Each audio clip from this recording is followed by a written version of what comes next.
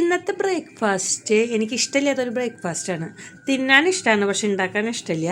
ചപ്പാത്തിയാണ് കേട്ടോ. ചപ്പാത്തി ഉണ്ടാക്കാൻ എനിക്ക് ഭയങ്കര മടിയുള്ളൊരു ഏർപ്പാടാണ്. അപ്പോൾ ഇനി കുറേ നാളായി ഇപ്പോൾ ചപ്പാത്തി ഉണ്ടാക്കിയിട്ട്, അപ്പോൾ അത് കാരണമാണ് ചപ്പാത്തി ഉണ്ടാക്കുന്നത്. അപ്പോൾ അതായത് ആശീർവാദിൻ്റെ ഗോതമ്പ് പൊടി വെച്ചിട്ടാണ് ഉണ്ടാക്കുന്നത്. കുട്ടാട്ടൻ നേരത്തെ പോയി, അത് കാരണം കുട്ടാട്ടനെ ഉണ്ടാക്കണ്ട, ഞങ്ങൾക്ക് 3 പേർക്കും ഉണ്ടാക്കിയാൽ മതി. അതുകൊണ്ടാണ് കുറച്ച് പൊടി എടുത്തത് കേട്ടോ. പൊടിയിലേക്ക് ആവശ്യത്തിന് ഉപ്പും കുറച്ച് വെളിച്ചെണ്ണ ഞാൻ ഒഴിച്ച് കൊടുക്കും കേട്ടോ. കുറച്ചും കൂടെ ഒന്ന് സോഫ്റ്റ് ആണോ പോലെ എനിക്ക് തോന്നാറുണ്ട് ചപ്പാത്തി. പിന്നെ ആശീർവാദിൻ്റെ ചപ്പാത്തി നല്ല സോഫ്റ്റ് തന്നെയാണ്. ഞാനത് ഒഴിച്ചത് ശീലമായ കാരണം ഏത് പൊടിയിലും ഞാനിപ്പോൾ വെളിച്ചെണ്ണ ഒഴിക്കാറുണ്ട് കേട്ടോ. പിന്നെ കുറച്ച് വെള്ളം കൂടി ഒഴിച്ച് നല്ല പോലെ നമ്മുടെ ചപ്പാത്തി മാവ് കുഴച്ച് എടുക്കുകയാണ് ചെയ്യണത്.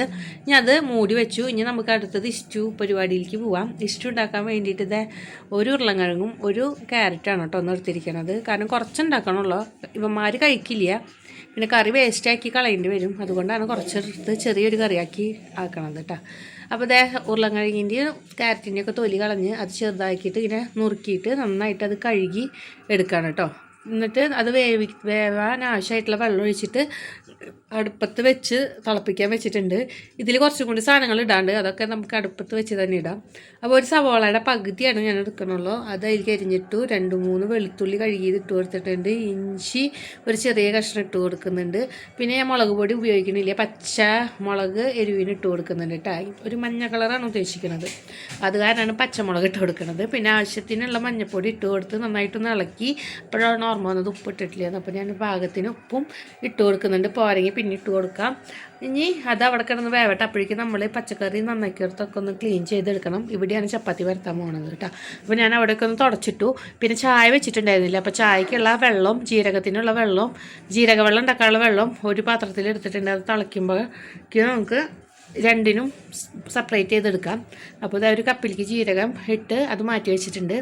വെള്ളം തിളയ്ക്കുമ്പോഴേക്കും നമുക്ക് ചപ്പാത്തി പരത്താനുള്ള സംഭവങ്ങളൊക്കെ സെറ്റാക്കി വെക്കാം കേട്ടോ. അപ്പോൾ പ്ലേറ്റിൻ്റെ ബാക്ക് വശത്താണ് കേട്ടോ ഞാൻ ചപ്പാത്തി പരത്താറ്. പിന്നെ അതിൻ്റെ കുഴ പിന്നെ പൊടി ഒക്കെ ആക്കി ചപ്പാത്തി ഉണ്ടയാക്കിയൊക്കെ സെറ്റാക്കി വെച്ചു കേട്ടോ. ഇനി അടുത്ത പണിയെന്ന് പറയുമ്പോഴേക്കും നമ്മുടെ വെള്ളം തിളച്ചു. അപ്പോൾ ജീരക വെള്ളം ഒരു കപ്പ് ഞാൻ എടുത്ത് വെച്ചു കേട്ടോ. ബാക്കിയുള്ള വെള്ളത്തിലേക്ക് പഞ്ചസാരയും ചായപ്പൊടി ഇട്ട് നമ്മുടെ കട്ടൻ ചായ ഉണ്ടാക്കുകയാണ് കേട്ടോ. അപ്പോൾ ചായ തിളച്ച് വന്നിട്ടുണ്ട്. ജീരക വെള്ളം സെറ്റായിട്ടുണ്ട്. കഷ്ണങ്ങൾ വെന്ത് ഇരിക്കുന്നു. ഇനി നമുക്ക് ചപ്പാത്തി ഓരോന്നോരോന്നായിട്ട് ഉണ്ടാക്കി ചുട്ടെടുക്കാം. ചപ്പാത്തി ചുടലും പരത്തലും ഒരുമിച്ചിട്ട് തന്നെയാണ് കേട്ടോ. അതൊരു അങ്ങനെ ചെയ്യാറ് ഞാൻ. അല്ലെങ്കിൽ ഇങ്ങനെ പരത്തി വെച്ച് ലാസ്റ്റ് ചുടാം. ഞാൻ ആ കൈയോളക്കാൻ അങ്ങനെ ചുട്ടെടുക്കട്ടെ. എൻ്റെ ചപ്പാത്തിക്ക് ഷേപ്പോ കാര്യങ്ങളൊന്നും ഉണ്ടാവാറില്ല. എങ്ങനെയൊക്കെ ഒരു ചപ്പാത്തിയൊക്കെ ഞാൻ അങ്ങനെ എടുക്കും. ടേസ്റ്റ് കുഴപ്പമൊന്നും ഉണ്ടാവാറില്ല, പക്ഷേ ഷേപ്പ് ഉണ്ടാവാറില്ല കേട്ടോ ചപ്പാത്തിക്ക്. അത് എനിക്ക് ഇഷ്ടമില്ലാത്തത് ഈ പരത്താനൊന്നും തീരെ താല്പര്യമില്ലാത്തൊരു പണിയാണ്. എന്നാലും ഉണ്ണികൾക്ക് ഇഷ്ടമാണ്, അതുകൊണ്ട് അങ്ങനെ ഉണ്ടാക്കണമെന്ന് മാത്രം. അത് ചപ്പാത്തിയൊക്കെ ഉണ്ടാക്കി കഴിഞ്ഞപ്പോഴേക്കും നമ്മുടെ കറി താളിച്ചിടാനായിട്ടുണ്ട്. അപ്പോൾ ഒരു കുഞ്ഞി ചീനച്ചട്ടി വെച്ച് വെളിച്ചെണ്ണ ഒഴിച്ച് കടുകിട്ട് വറ്റൽമുളക് ഇട്ട്. ഇപ്പോൾ കുറച്ച് ദിവസങ്ങളിലായിട്ട് കറിവേപ്പില ഞാൻ ഉപയോഗിക്കുന്നുണ്ട്.